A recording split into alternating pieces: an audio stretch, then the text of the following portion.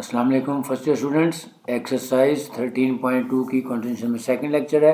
Question number 1 और 2 हम देख चुके हैं।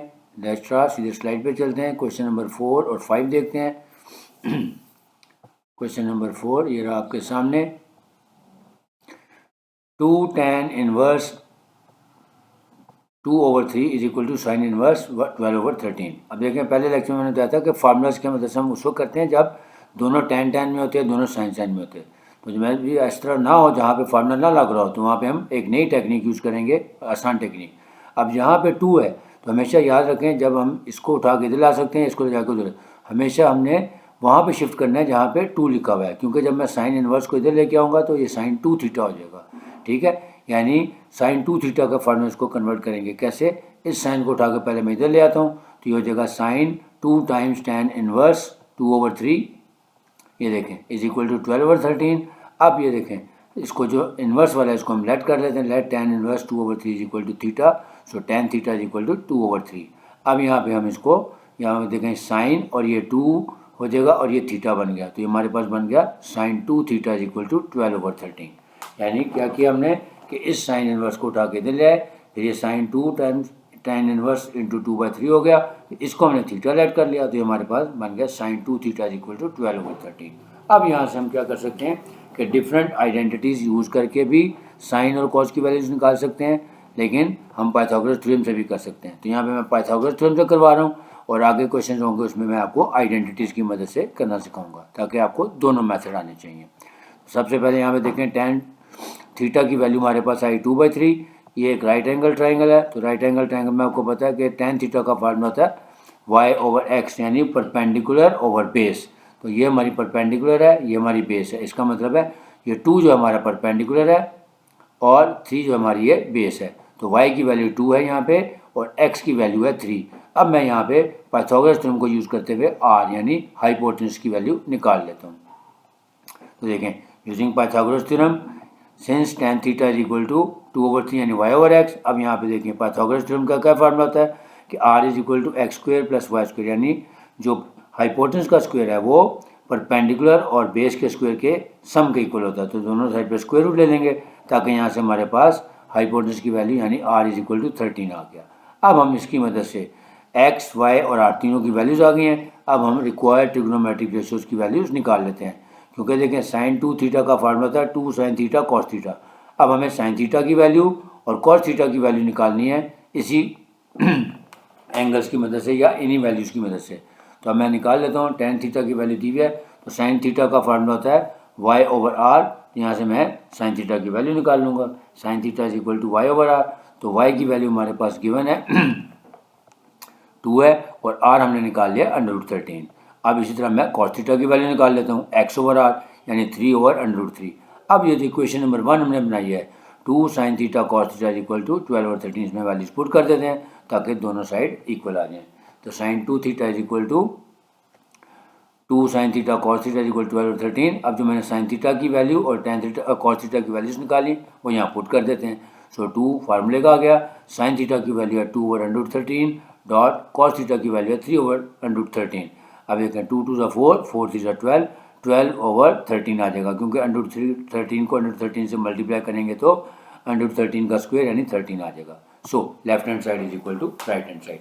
यानी इसमें हमने क्या देखा, क्योंकि दोनों डिफरेंट एंगल थे, दोनों डिफरेंट इन्वर्स फंक्शन थे, तो एक को दूसरे की तरफ शिफ्ट करके फार्मूला बना लिया। Next question number 4, tan inverse 120/119 2 cos inverse 12/13। अब अगेन यहाँ पे 2 है, तो इस tan इनवर्स को उठा के मैं इधर ले जाऊँगा जिधर 2 है। तो वैसे ही करेंगे जैसे भी हमने पिछले सवाल में किया था। तो देखें, ये होगा 120/119, ये tan इनवर्स जब उधर गया तो पॉजिटिव tan हो गया, तो tan into 2 cos inverse 12/13।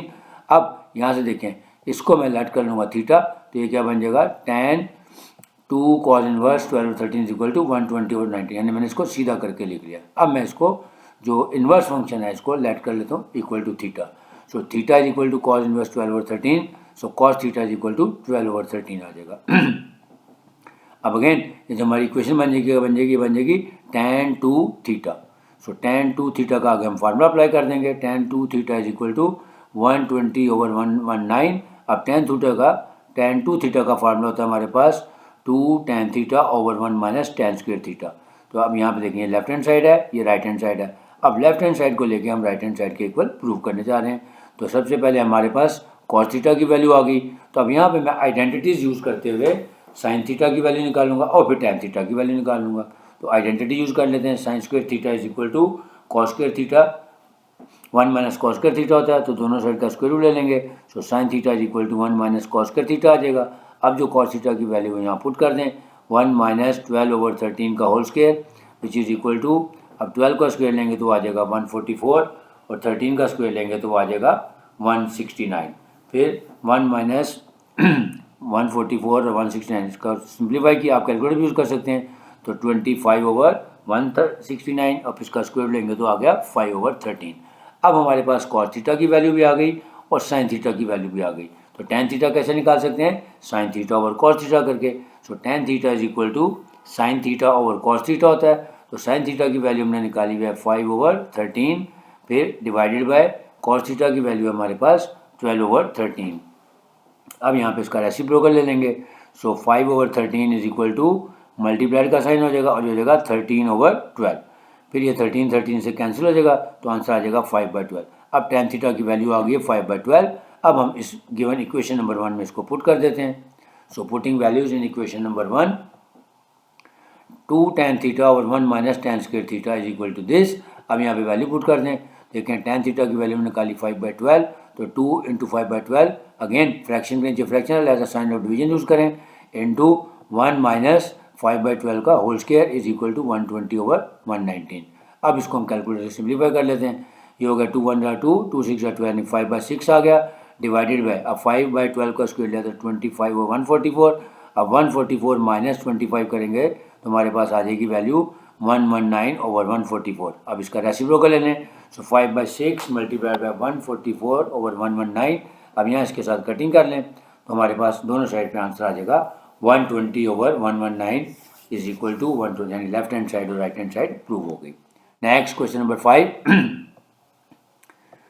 Question number 5 है sine inverse 1 over √3 plus cot inverse 3 is equal to π/4। Again very important question, दो डिफरेंट हैं तो तरीकाकार वही होगा, लेट कर लेंगे, एक को अल्फा लेट कर लेंगे और एक को बीटा लेट कर लेंगे।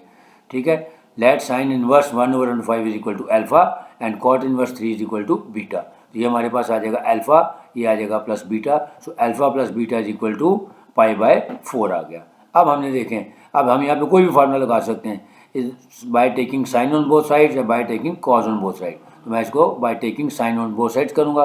तो देखें sine alpha plus beta is equal to sine π/4 और साइन π/4 की वैल्यू होती है 1 ओवर √2।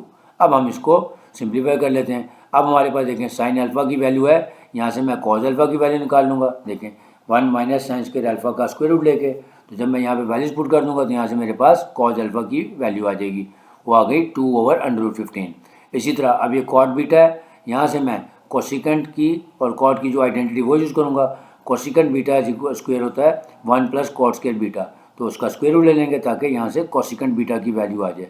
कोसिकेंट बीटा की वैल्यू आ गई हमारे पास √10। अब ये क्योंकि रेसिप्रोकल है तो इसको हम रेसिप्रोकल ले लेंगे तो हमारे पास कॉस बीटा साइन बीटा की वैल्यू आ जाएगी। सो 1 ओवर कोसिकेंट बीटा करेंगे तो साइन बीटा आ जाएगा, तो ये आ गया 1 ओवर √10।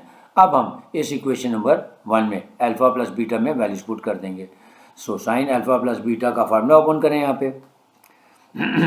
इसी तरह ये देखें कॉस बीटा भी आ गया, साइन बीटा भी आ गया। अब हमारे पास सारी वैल्यूज कंप्लीट हो गई हैं। अब हम alpha plus beta is equal to π/4 था, यहाँ पे जो है ना इक्वेशन नंबर 1 में वैल्यूज पुट करके आंसर निकाल लेंगे। सो कॉस बीटा की वैल्यू आ गई हमारे पास 3 ओवर √10, यानी आइडेंटिटीज यूज़ की हमने। Now putting values in equation number 1। तो sine alpha plus beta is equal to 1 over √2। तो साइन अल्फा प्लस बीटा का फार्मूला था sine alpha cos beta plus cos alpha sine beta is equal to 1 over √2। अब जो हमने values निकाली वो put कर देते हैं। साइन अल्फा की वैल्यू आ गई 1 ओवर √5, कॉस बीटा की ये आ गई। इस तरह वैल्यूज पुट करने के बाद अब हम इसको सिंप्लीफाई करते हैं। 3 1 3, 3 ओवर √50 प्लस ये 2 1 2, 2 ओवर √50 आ गया। अब देखें 3 प्लस ओवर √50 प्लस 2 ओवर √50 का आंसर आ रहा है 5 ओवर √50। अब हम इसको रेडिकल फॉर्म में लिख लेते हैं। तो 5 और ये हो गया 5/2, 5 से कैंसिल हो गया, तो 1 over √2 is equal to 1 over √2। So left hand side is equal to right hand side. तो ये था क्वेश्चन नंबर 3, 4 और 5 मैंने पूरी कोशिश की है कि उसको आपको आसान तरीके से समझाऊँ।